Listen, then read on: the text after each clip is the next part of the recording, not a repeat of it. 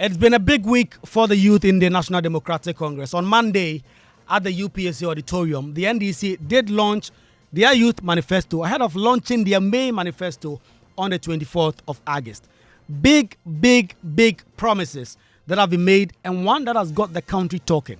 The promise by John Dramani Mahama that if he's elected again to be president, all persons entering university, the first year at the undergraduate level, will not be required to pay fees. People have asked questions. What will happen if they go to level 200? There are those like UTAG who've also said more than 100 million Ghana cedis should be given to the public universities to manage as bursaries. So really big things that have been said. Vote for me, make a top president. Right on this show, Ghana Connect, where we come back from this break. Welcome back to Ghana Connect. This is Joy 99.7 FM and my name is Kweku Asante. Like I told you, you have to join this conversation and ask the NDC all the big questions you want to ask them about their youth manifesto and the big promises, the big pledges that John Dramani Mahama is making. In particular, this promise that university at level 100 will be free. And what exactly are the metrics? How's that going to be done? We have brilliant minds to ask brilliant questions and Osman Ayariga in studio to answer your questions. So let's get right into it. And let me introduce to you my guests who are connecting with us on the show. Osman Ayariga, like I've been telling you, the Deputy National Youth Organizer of the NDC, connects with us in the studio. Osman, it's good to have you connect with us. Good evening, my brother, and good evening to your cherished listeners. And if some are viewing to your cherished viewers. Definitely. People are on Facebook. They are watching this. Collins is a student at the University of Ghana. Collins, it's good to have you connect with us. Yeah, good evening. Thank you for the opportunity given to me. Right. Nana Kakari is a Ghanaian in the United States. She has some brilliant views to share on this. Nana, it's good to have you connect on the show again tonight. Quite cool. Jessica is also a student at the Kwame Nkrumah University of Science and Technology. Jessica, good evening. Good to have you connect. Jessica, can you unmute? Good evening. Great. And then... Yes, I can hear you. Great. I can also hear you loud and clear. And then Ebenezer Afanyidazi is a journalist. He's our colleague here at Multimedia Group. Eben, good to have you make your debut on Ghana Connect. Sure. Thank you, Kweku. So for those of you who have not been paying attention, this is exactly what the NDC have been saying. Vote for me. Entrance into level 100, you are not paying academic fees. He will set up the National Youth Employment Bureau under the National Youth Employment Agency. Wonderful. Ghana is experiencing extraordinary hardships, and the youth are also choking under the yoke of these hardships. Not easy. This being the case, the 24-hour economy initiative is the best and most extraordinary pathway to generating the decent and well-paying jobs that our young people need, the jobs that our young people are waiting for. The formula for the 24-hour economy. And it's a very simple one. Formula 133. Same job, 3 people, 3 shifts. I think session you yourself, you go back. Santo Professor, no more killing. University entrance into level 100, you are not paying academic fees. Second part of this policy, when President Mahama comes back, he would revamp the student loan trust fund.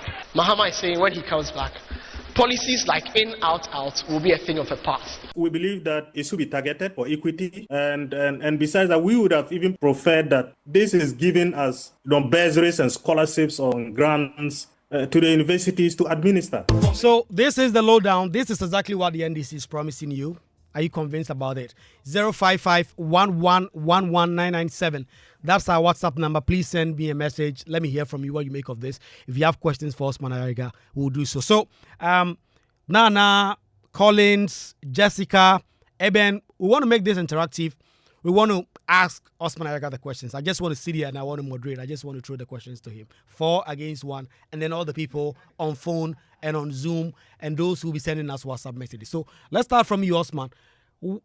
Why this promise? The NDC had been making a lot of noise about free SHS not being targeted. Then all of a sudden you have a program that says, blanket, every person going to level 100 is free. That is about 275 million Ghana cedis. Where are you going to find that money from? Good evening to you and good evening to your cherished listeners, as I said earlier on, and your viewers also. First and foremost, before I even go into the details of the promise, I just want to congratulate all the youth of this country who followed keenly on the International Youth Day that was on the 12th of August, as the NDC launched its first of its kind. I mean, this is a novel, the National Youth Manifesto. This hasn't happened in any of the political parties since the Fourth Republic. So the NDC just took a step further to let the young people of this country understand that we take the issues of the youth and the matters of the youth as integral and also as very important. That is why we launched the National Youth Manifesto out of the main manifesto, which will be launched on the 24th of August. And aside from the launching of the National Youth Manifesto, we also engage His Excellency, the former President John Dramani Mahama, and the incoming President of Ghana, come January 7th, 2025. We hosted about 5,000 youth. That was at the Bukom Boxing Arena, where we had youth from various sectors of life, various sectors of business and the economy, ask teaching questions as to what confronted them. So I just want to lay this as preliminaries to thanking His Excellency, the former president, for making time for the youth on this day. Now, there are many achievable, realistic promises that we have on the Youth Manifesto, and these are issues that the NDC has gone around the country and understands the issues that are confronting the youth of this country. You remember quite recently we started our Building Ghana tour, and that was what we did. We took out issues, we listened to people, what they expected of us or what they expected of the next government, or the issues that confronted them, that they felt that the government of the day should step in and also help salvage the situation. So key amongst them, especially one that affected young people, had to do with unemployment. Aside from unemployment too, I believe the promise of the free first year, free fees for the first year has taken center stage, and it has, I mean, be able to galvanize some serious commentaries and conversations. You see, there's the issue of people or young people who passed with flying colors, all A's, and I had very classical examples in my area coming from Boko Central constituency. So many people passed their exams from the SHS, and how to gain admission into university became a problem. Some people got their admission letters unable to pay. Some people, I mean, and you know, most of these admission letters usually come with deadlines. As soon as you receive the admission letter, they tell you you're supposed to pay in the next 14 days or you forfeit the admission. People have come to some of us. I mean, they think that we are their big brothers, or we are within the political space, so you are able to afford or to help them. So many people have come, and sometimes you are able to help, sometimes you're unable to help. And I've actually seen people, I've received calls from people, even from Boko Central, where they had to defer and reapply the following year just because they couldn't afford it. And you understand the kind of situation we find ourselves. So as part of Building Ghana tour, as soon as we started going around, these are some of the issues that emerged. So we proposed that there should be a free fee for the first year. Some schools called it level 100, some schools called it first year, because the most important thing is how to even get into the four walls of that university.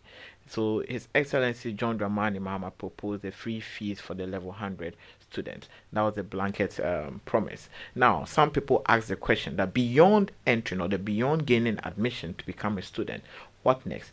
Then there's now the avenue, or there's the lifeline for you to apply for the Student Loan Trust Fund. That will also enable you to continue your education, because you bear with me that the Student Loan Trust Fund is purposely for students and not eligible students. So once you gain an admission letter, automatically you cannot apply for the student loan transfer. So you actually have to be a student within the four walls of the university before you are qualified or eligible to access the student loan transfer. So we are giving you the lifeline to gain admission or to get into the four walls of the university, and beyond you actually gaining the free first year, then you can continue with the student loan trust fund. Yeah. Now, people ask the question that why do we make a blanket statement? We have done our assessment and we realize that the number of people who are actually unable to pay are more than the number of people that can pay. So people suggest that why don't you make it a matter of needy, brilliant but needy students, etc., etc. I mean, from the analysis we've made, it's better for us to make it a free for all promise for now. But mind you, there's the promise of a policy, or there's a policy, and there's actually its implementation. We are not going to rush to implement it in such a way that would affect the policy itself. We are going to sit with stakeholders, we're going to sit with students, we're going to sit with teachers, we're going to sit with the lecturers, we will sit with all agencies and even those who have the technical know-how aspects before we go into its implementation. So Okay. in the time of implementation, if it is prudent for it to be tweaked or amended a bit to deal with some category, it will be done, and that will come from the recommendation that will come from either parents, students, experts, etc. All these stakeholders, right? All the stakeholders. Yes. Osman, thank you. I want you to hold it there for me. Let me take some views around the table. Then we can throw the questions at you. Eben, Hello. that makes sense, don't you think? To a large extent, yes. But then I think that just as the question you asked regarding the concerns that the NDC itself has raised in opposition regarding the implementation of free senior high school and all the flaws that come with it, as much as it's a good policy. The question one will ask is, how are we going to fund it and how sustainable it is?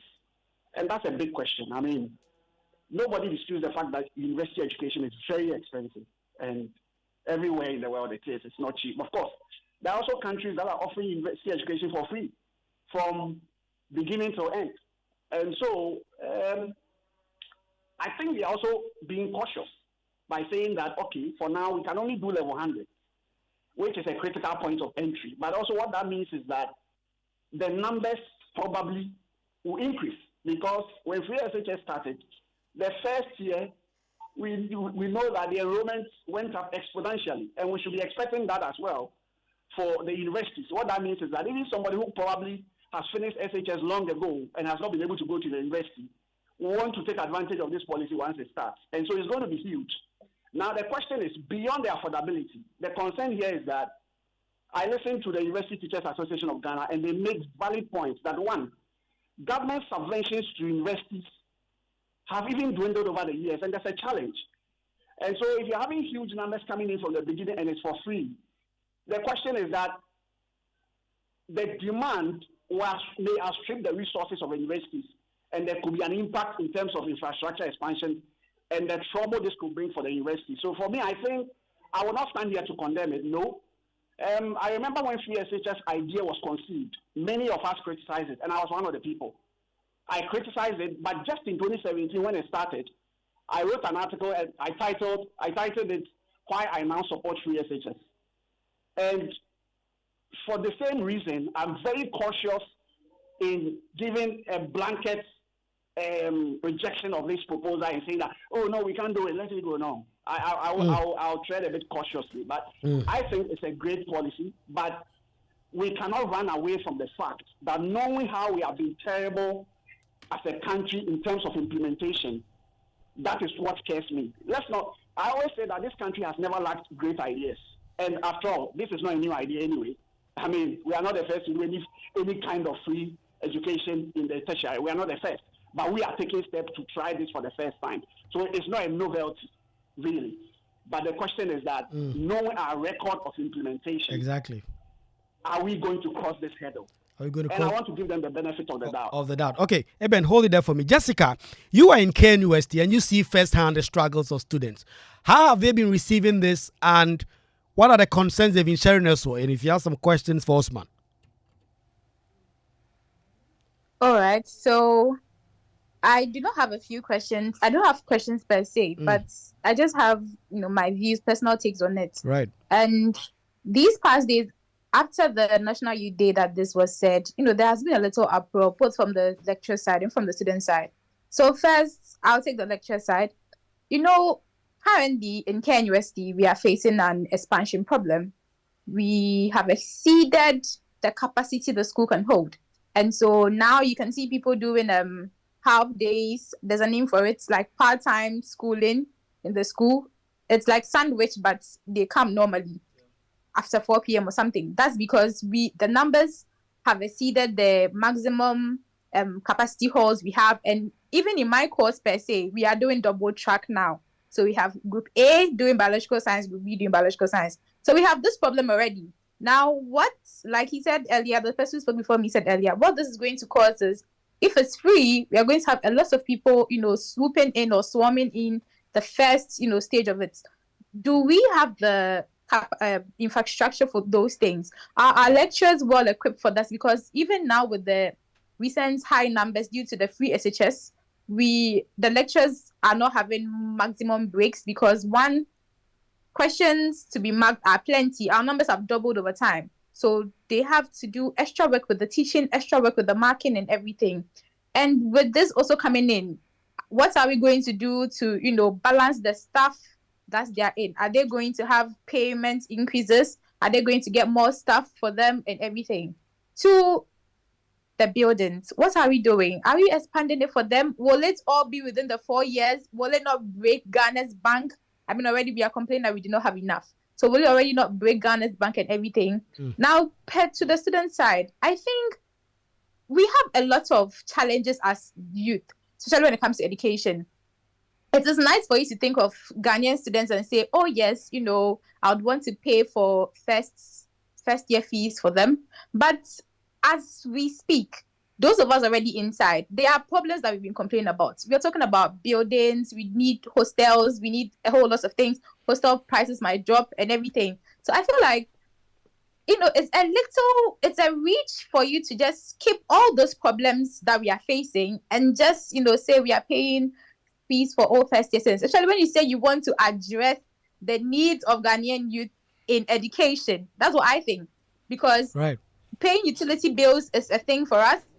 Now hostel fees charge the building fee, and they charge utility bills. You could have paid utility bills. You could have, said maybe there'll be a policy on hostel fee increments and stuff like that. But just jumping right from that and going to school fees free for first year, I think it's a reach. I think it's a reach. I mean, right. Nana Kakari, you live in the US. You see how this is done, the bursary system, Harvard, and all these big universities. You get admission, you can apply for scholarship and all that, and then they can take it from there. The NDC say they've done a research, and the research shows that there are so many students who just need help. So just give it to everybody in the first place. Briefly, what are some of the concerns you have about this so that we can put them to Osman? Yes, sure. So first of all, let me make a little correction to Osman. John Dramani Mahama is the former president of Ghana, not incoming president of Ghana.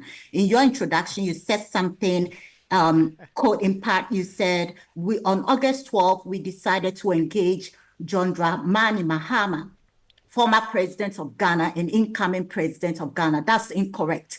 We head to the polls December 7th. Until then, John Dramani Mahama is just the flag bearer of NDC, not the incoming president. So I just want to fact check this in real time. Now, back to your question, Kweku. While I appreciate the bold promise of the NDC, I think the NDC need to be honest and transparent.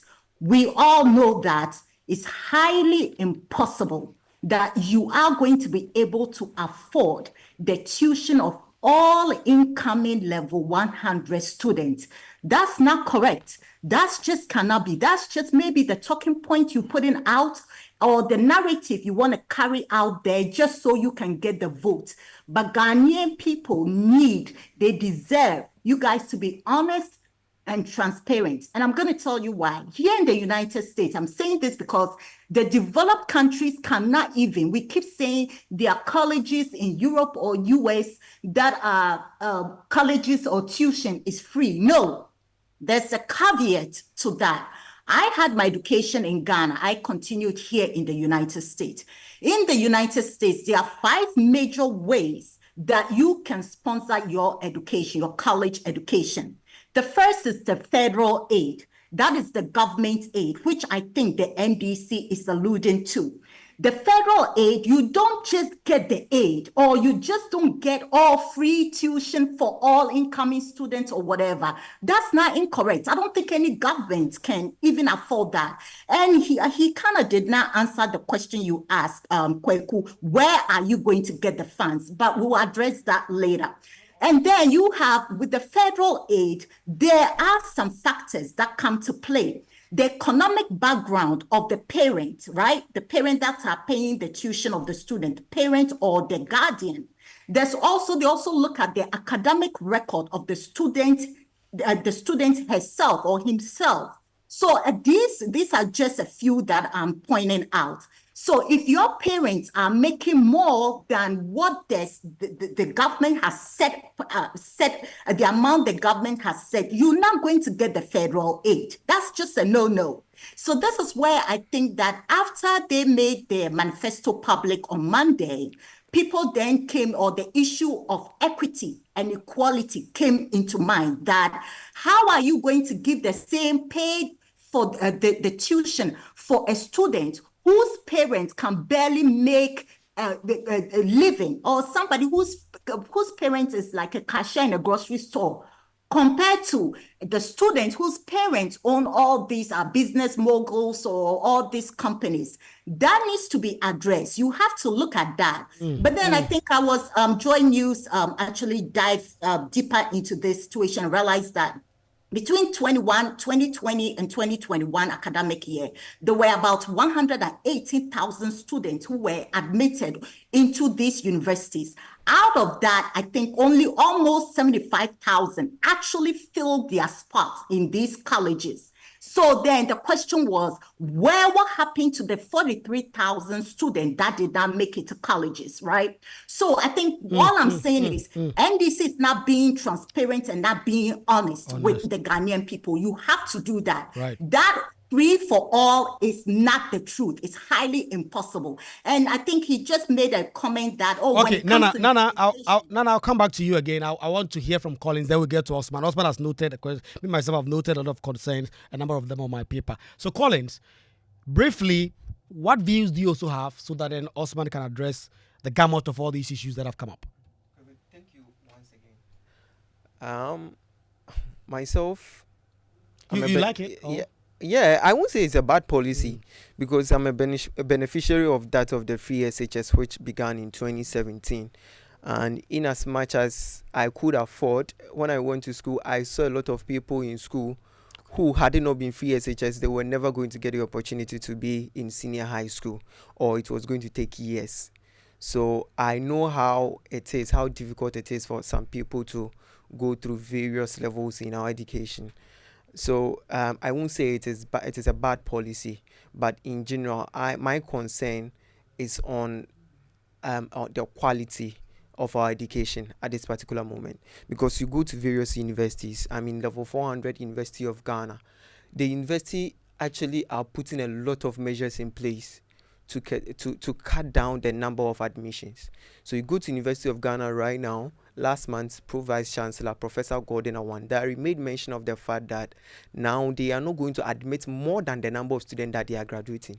So this particular year, if they are graduating 15,000 students, that's the number that they are going to admit. And the reason is because of the pressure on the infrastructure, pressure on students. Universities have not been able to employ teaching staff for years now, all because of embargo that government has placed on them. And government didn't do it out of the blue or out of the moon. There are a lot of challenges or financial issues contributing to that. Now, government is trying to wean itself off from funding public universities. So now, even in the second semester, GTech and Parliament approved that universities, public universities, should take 100 cedis from each student, and they term that as online teaching support. And they did it. First time that I heard that we increase school fees in the middle of a semester, in the middle of academic year, so second semester. So that's what has been happening. So my concern has been on the quality that we are trying to, and also the pressure that nobody is talking about. Last week or this week, Mr. Otukono was on PM Express, and almost everything he was mentioning was on equity. We're not looking at the quality in hand. We've been speaking to the some of the professors, and they also are concerned with the quality. So for me in particular, now, my concern is, how are you going to fund the free tertiary for level 100 students, and how are you going to sustain it? And now that Ghana is under IMF, we are in our first stage, less than 1 year, and you signed a 3-year agreement with IMF. Yeah. Are we considering it? Are we negotiating this? How was IMF response to this? Has the NDC considered that? There are a lot of questions that I want to raise about this. And I'll come back to you again. So, Osman, questions of source. Why don't you give subventions? How will you deal with this, with the expansion of the university infrastructure? There are those who said that you've just not been honest about this. This is not possible. And why would you not allow students who can pay, let them pay, and all those issues and the quality issue? These are a number of gamut issues that the panelists have raised. How do you respond? Yes, thank you very much. I would try to respond to them as quickly as possible. The issue of funding, I think if you heard His Excellency John Dramani Mahama, and for us, it's not just about making a blanket promise or making a promise for the purposes of winning elections. We're making a promise and a policy for the purposes of solving teething problems that affect the youth of the country. One, His Excellency John Dramani Mahama has stated, even in the Volta region, that people ask about the source of funding, and he gave a classical example. That here is a case that government machinery spending alone for this year is 2 billion Ghana cedis. And all you need to pay for the level 100 students who will be going to school is 275 million Ghana cedis. For him, he states emphatically that I am not planning on spending 2 billion on government machinery. So if it is going to take me to release a percentage or to reduce government spending of 2 billion Ghana cedis just to make sure that all level 100 students are being catered for, I will do that. He stated, I'm not going to travel in a luxurious plane for 1 year that will cost this country 60 million Ghana cedis. I will not do that. And he stated again, I will not go and invest money in digging a hole that is going to cost this country millions of dollars. I would not do that. As a country, we ought to set our priorities right. And don't forget that even in addition to all of those spending, the president still travels around carrying his chair in a whole vehicle. That's all is part of the wastage of the country. So His Excellency John Dramani Mahama is telling you that I'm not going to spend 2 billion on government machinery. I'm going to cut government spending and to make sure that that is channeled to make sure that students are catered for so far as the free first year fees is concerned. Now, with the issue of, I think there was another issue of access or the quality. The quality, yes. Infrastructure and all these issues. Yes, infrastructure, yes. Because when I was in Legon, we could be 400 in the class. I mean, yes, so you agree with me. Not only government is putting in place so many infrastructure to help with that. Get Fund has always been the baby of the NDC. But for the fact that in recent times it has been collateralized and Get Fund is choked and there's nothing that can be done about it. You realize that the universities themselves, in their own ingenuity, have been able to establish most of these satellite campuses across the country. You go to University of Ghana, I think they have satellite campuses all over every region. Not every region. No, but I said almost. Almost every region. Yes, almost every region. Yeah. Almost every region they have satellite campuses. You go to UCC, they have satellite campuses in almost every region. And these are plans from the university to expand so that you don't have thousands of people having to gather at a common place or a campus so as to reduce the crowding. So, and you would remember that even during the implementation of the free SHS, what was the NDC's position? We said that we needed to establish as many community day schools so that we do not crowd students within a certain or a few secondary schools. And we stated that we needed to set up the community day schools to be able to increase the access so that if you are implementing it, once it's taken off, the quality in itself is not jeopardized. People try to analyze it or just oppose it with the position of the free SHS. The free SHS largely has had its issues, especially with issues of accommodation, feeding, etc. And you bear with us that the position of the NDC at the time that we needed to increase the community day schools was the best position, and today people have taken that position. So we are telling you that the fact that we are saying that we're going to pay first year fees for university students doesn't automatically mean that every student would have to converge at the University of Ghana Legon campus. No, you agree with me. Even in Bolgatanga, they have University of Ghana campus in Bolgatanga. Yeah. Even in Tamale, they have University of Ghana campus in Tamale. So these universities, and not just University of Ghana, UCC, even GIMPA, etc. They have all these satellite campuses.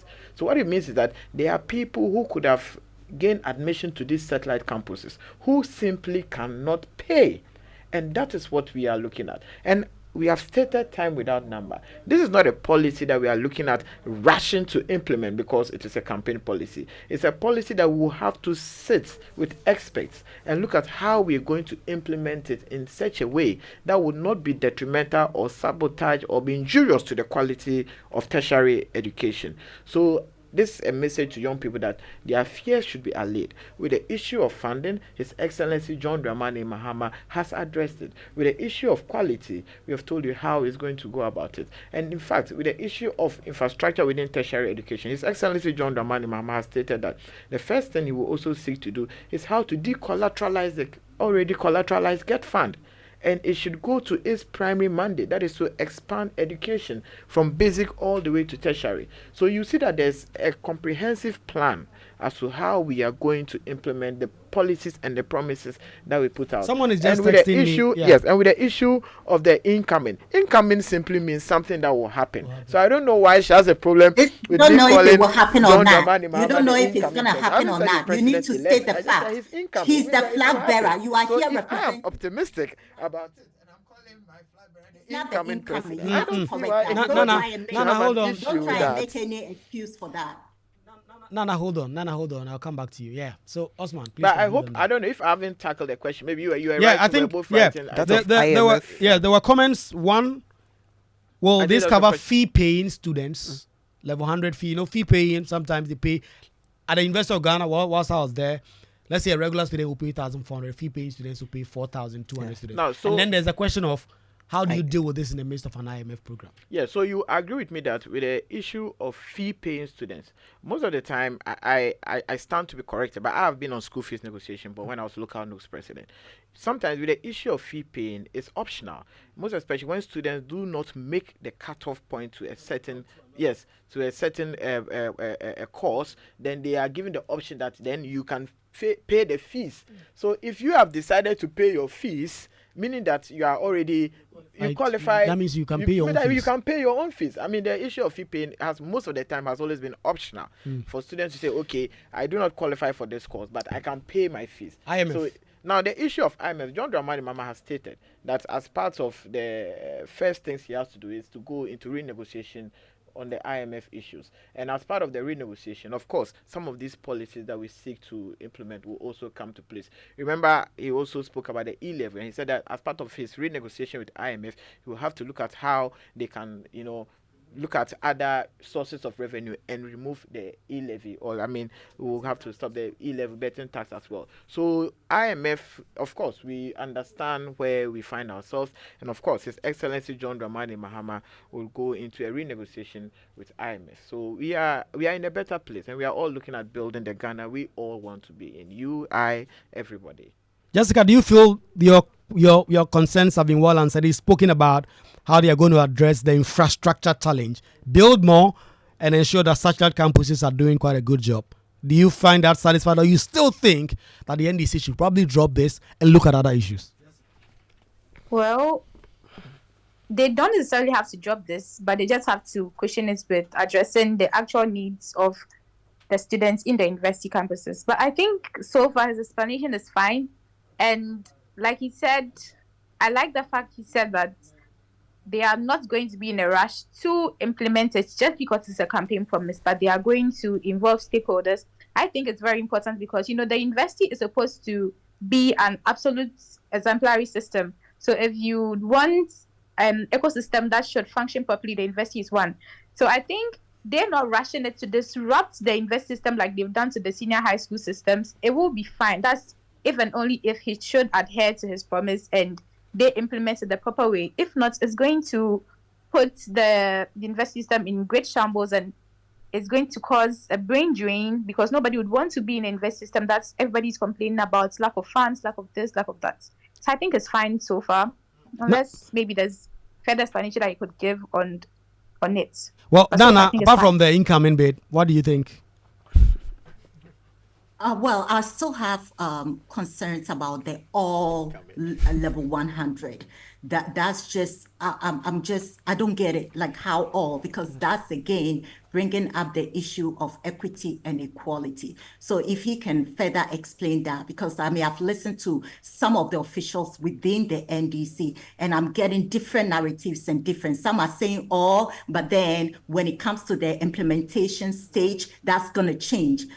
We have to make, just let us know, is it all or it's not? It's just we will then eventually revamp the promises, which then is a problem because you're making a campaign promises. The last thing too that I have is he said that again, we're not in a rush because we're going to sit with experts. Don't you think you should have sat with experts before you have drafted the manifesto? I think that's the other way around. You should have sat with the experts or talked to the stakeholders before you put it in the manifesto to make such bold promises. Eben, I mean, closely related to the point that Nana has just made. Do you get a sense that the NDC really have a lead on this, as in they've done their homework well, just like the concerns people raised with free SHS? They were ignored, and then they came right back in the face of government with a big slap. I think that the NDC is probably challenging itself really hard on this, because if they fail on this, we will never forgive them, especially on the history of the free SHS and what they said about it, and they deciding to challenge themselves this much. And like I have said, I will not be a naysayer and say it's impossible. As for the possibility, they can do it. I think the question is sustainability. That's the issue. But impossibility, it's okay to challenge yourself and dream big. And there's really nothing wrong with that. And I also think that by saying they are just doing level 100 first year, it means that they are being cautious, because probably they know that they cannot do a full free. But also, I think that while this particular policy is exciting, we are not even paying full attention to other portions of the manifesto, especially the one on education. Definitely. Because they also talk about going to give free tertiary education to persons with disability. That also comes at a huge cost. They also tell us that free SHS will be extended to private SHS, and we have not even looked at that as well. All these are a huge cost. But then also I tell myself, a few days ago I made a post on Facebook and I said that if free SHS had not been implemented, probably the money that has been used to give people free SHS would have gone into private pockets. According to the Commission on Human Rights and Administrative Justice, they did a report, and in 2023, they told us that Ghana loses 13.8 billion annually through corruption. That's around $3 billion. Now imagine that probably this alone, we're able to cover a lot of the leakages in our system. I think that my biggest worry as a Ghanaian should be the monies that go down the drain through corruption, and really not about the money that we use to educate our citizens and make them employable. Right, so it's big campaign season. Osman has a lot to do. Osman will take leave of us pretty shortly. But there are questions from social media and concerns that I would want him to address before he would leave. Then we can come around the table and then conclude. Michael Papani actually joins me in studio. Michael, what are people talking about? Quite a number of them. I was trying to run through them because there are questions that I'm sure that they want answers from the NDC. Let's start from what this one is from the USA. It's not a question, but says that USA has what's called the Pell Grant for first degree. As long as you qualify financially, this grant is more like free tuition for all university students that qualify. So for just first years, it's doable. That's from Kwesi all the way from the Washington in the USA. And this one from Francis here in Accra says, those continuing students who are raising issues should stop it. It's selfishness. Since they have all those issues, what is the current government doing about it? Let's go to your namesake Kweku in Medina, where you also stay. Wow. It says that this so-called free academic user fees of 2,500 Ghana cedis is misleading. There's a difference between academic user fee and tuition fee. UCC level 100 medical students tuition fee is 14,000 Ghana cedis. UG pharmacy school level 100, we are talking about 9,000 cedis, and UG Business School, we are talking about 6,000 Ghana cedis. So tuition fee is different. So if they are saying they are going to pay that, they feel that the people are only taking a small portion of that. Kweku from Medina, thank you. This one from Mr. APC at Asokwa constituency says that the opposition NDC has been criticizing government's free SHS policy, arguing that it's too expensive and unsustainable. They have now pledged to review or even discontinue the program if they came to power. Well, they didn't say that actually. We've heard President Mahama say that several times, that he's for it, but he felt that implementation was a problem. But the point is that if NDC raised a problem about wholesale free for everybody, why should you come with this? Well, finally, this one's from Spinters from Nana says, please, Ghanaian universities should not allow the policies to bring their freebies to their institutions. I was trying to actually go through my MIS web to try and fetch out how much I paid as specifically academic user facility fees, and those ones are separate from the other charges that you actually pay, even though as your school fees. But unfortunately, it looks like after 4 years out of the university, I can't. They are trying to limit your access. So I'll come to you, Collins, pretty shortly. But if you have a question, do that for me briefly. Then Osman will take that, and then he can take it further. We can wrap up. I want to look at it. Then how are we also going to look at the challenges that we are facing at the secondary level? He himself has identified some of them: infrastructure. So if you are planning spending over 250 million Ghana cedis on only teaching fees at tertiary level, then where are we also going to get the money from to fund that of the infrastructure at the secondary level? So that's what I'm looking at. Right, or Osman, we are going to ignore that too. Yeah, Osman. So there are big questions. NSHS, free SHS. The NDC have said the implementation has been a mess, and they say they will fix all that. It will require a lot of money, like he's saying. How do you fix all that? The big promises that you've made in your youth manifesto: money, money, money, money. For a country that is under an IMF program, for a country with huge, hole in its budget, funding, a lot of these questions have come up. And then your last words, then you can take Liverpool fast. Yes, thank you very much. There's the question of funding. Everyone is asking, where are you going to get the money from? Where are you going to get the money from? But what we need to understand, and key amongst many things, is about government setting its priorities right. It's about government cutting most of the excessive spending. It's about government cutting its profligate expenditure. We are currently in an IMF program. Why? Just because people decided to spend beyond what was expected of them. And people decided to spend on things that do not directly affect us, or that will not add to our development or our GDP. John Dramani Mahama has stated time without number that the next NDC administration, which is here to save this country, is not going to engage in profligate expenditure. And you will realize that most of these programs that we draw out are not even up to the kind of money that have been lost under this administration to individuals, to inflated contracts, to digging a hole, etc., etc. John Dramani Mahama has stated, time without number, that we are going to complete all our E-blocks to make sure that we are able to reduce the pressure and the crowding or the overcrowding within the SHS in the boarding facilities. You quantify that and realize that compared to what has happened under this government, it's just a drop in the ocean. We have stated 275 million Ghana cedis we used to pay for students in the first year. And let's quantify that. How much has been lost to digging the hole? Over 300 million Ghana cedis. 400 million. 400 million Ghana cedis. How much has been lost through the ambulance case? That was around $35 million. That is also over 275 million Ghana cedis. You ask yourself, how much has been lost through the president's own decision to fly a private jet? That is 60 million Ghana cedis. So you would realize that there's been excessive spending, there's been profligate spending under this government, that if this government had just set its priorities right, all these policies that we are seeking to do, you realize that when you do the mathematics, it's just a drop in the ocean compared to how much has been lost under this government through either stealing, corruption, or just people's decision to spend in very reckless manner. Right. Now, I think the lady raised an issue that it wasn't properly thought through. When a party is putting together its manifesto, there are professors, there are people, experts within it who draw the policy. Now, you agree with me that drawing and designing a policy is different from implementing the policy. So you don't expect to see the end of the policy at the beginning of the policy. It doesn't work that way. It's like building a house.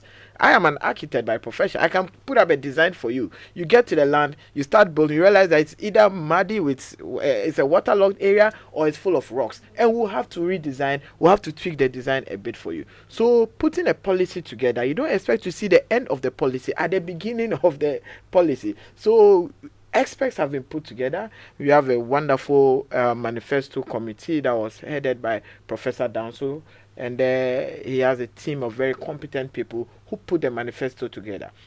When it comes to its implementation, we will know the aspects and the people to put together to implement it. And believe you me, we are going to implement a very beautiful manifesto. And I have said time without number that His Excellency John Dramani Mahama would implement every promise that you find in the NDC's manifesto. So I'm still calling on young people to come. I would have loved to go beyond the time to answer most of the questions. But I also call on young people out there, we call on old people out there that they should get ready, they should come on board. Let us build the Ghana you and I want to be in. Let us join the NDC, let us join His Excellency John Dramani Mahama to be able to salvage this country from the current mess, the current comatose, and the current lies and thievery that we find ourselves in. And inshallah, come 7 December 2024, I believe we all would see that change that we have. I believe Kweku, you will also join that train for us to build the Ghana. Shall see. I believe we shall Collins, see. my brother, you will also join us to build the Ghana that we all want to be in. Thank you very much. It was beautiful being with you. I hope to come here very often. Definitely. Thank you very much, Osman. It's a pleasure having you on. And we are just about to wrap up, and Osman can take leave of us because he has some very important meetings to attend as part of the NDC's campaign and all the issues that is going on. But the MPP themselves are launching their manifesto, the big manifesto. They haven't done a youth manifesto or market manifesto or whatever, launching everything on Sunday. Eben, few seconds, what are your expectations ahead of next week? Well, I'm just expecting that, for me, I expect most of the policies will obviously be around the same themes, and just that the names may just differ. They will want to go toe to toe, and so I'm expecting to see a lot of similar policies, basically. Nana, you've raised a lot of concerns about the NDC and how they've lined up this particular youth manifesto, the costing and all that. MPP are going to launch their own manifesto. What are you expecting? I hope they put out something honest, something transparent, and address both the pros and cons when they are drafting their manifesto. We do not expect them to give us how the implementation is going to end up, but we want to get something real and not just live in a wonderland and give us something that they're dreaming of, but something that can actually come into reality. Jessica, what are your own expectations? NPP launch manifesto on Sunday. Well, I would appreciate it very much. I and other Ghanaians, other concerned Ghanaians, will appreciate it very much if they keep in touch with reality. We want them to keep in touch with reality. We don't want any out of blown promises, out of proportion promises. We do not want promises that will be made in a rush just because they want to win our votes. We want real promises. We want to see them address the problems that they created because they are the current government. So the problem they created, we are hoping that they have bold solutions for it. How to get us out of this economic bold solutions. mess. That's exactly Dr. Baumia's tagline. Bold solutions. Collins, NPP on Sunday. What are your own expectations? Majority of their policies, they've already announced some of them, majority of them. But I'm looking at them coming out to the sources of how they are going to fund some of these policies. That's what is important, because you come and it has been borrowing, and already we have a debt deficit to about 89% of our GDP, which is so wrong. So they have to come out with how they are going to fund some of these policies. What the NDC are saying, I personally do not agree with the fact that they need to cut down corruption. They've been in government before. Former president has been in government. What are you saying? You don't agree that they have to cut down corruption? It's not like I agree that we have to, but can they and will they do it? We have seen them before, so that is not the source of funding. They have to give us something tangible. Yes, definitely, Collins. Thank you very much.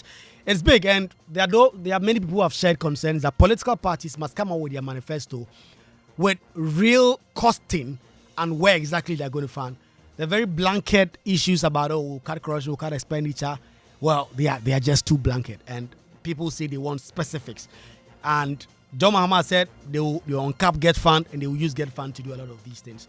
And so, thank you very much for all of you who have been listening. This has been an exciting edition of Ghana Connect, where we have been interrogating the NDC's Youth Manifesto, getting the answers for how exactly they are going to do the kind of things they've promised. Thank you very much, Osman Arega, Deputy National Youth Organizer of the NDC. Collins, you just heard him speak, a student of the University of Ghana. Nana Kakari, always a delight listening to her, based in the United States. Nana Kakari, last week somebody butchered your name and said you are called Nana Kari. That's not your name. Your name is Nana Kakari. For people should take note themselves. And then Jessica, always a delight hearing from you on Ghana Connect. And I hope you do come on every time that we invite you. And then Ebenezer Fanyadazi, you also made your debut on the show today. Thank you for connecting with us. My name is Kweku Asante. The library is up next with Andy Dusty. We'll be back again same time next week. And from next week, Ghana Connect will also be on TV. We'll share details with you in the coming days. Have a very great weekend. And the leagues are all back, and I'm excited. I'll see you soon.